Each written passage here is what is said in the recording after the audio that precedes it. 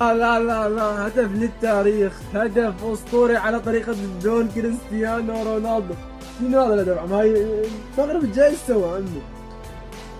جاي تعمل المستحيل عمي. شنو كاس افريقيا وطوهم للمغرب، مع احترامي الجمهور المصري والشعب الجزائري والموريتاني والليبي وكل افريقيا، كل المنتخبات الافريقيه مع احترامي لها. المغرب جاي تطغي اخو، بغض النظر عن الهدف الاسطوري هذا.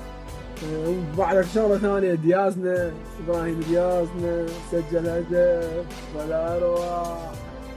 شوفون الشعب المغربي شلون يتعامل مع الشعب العراقي. نقول منتخب واحد والله.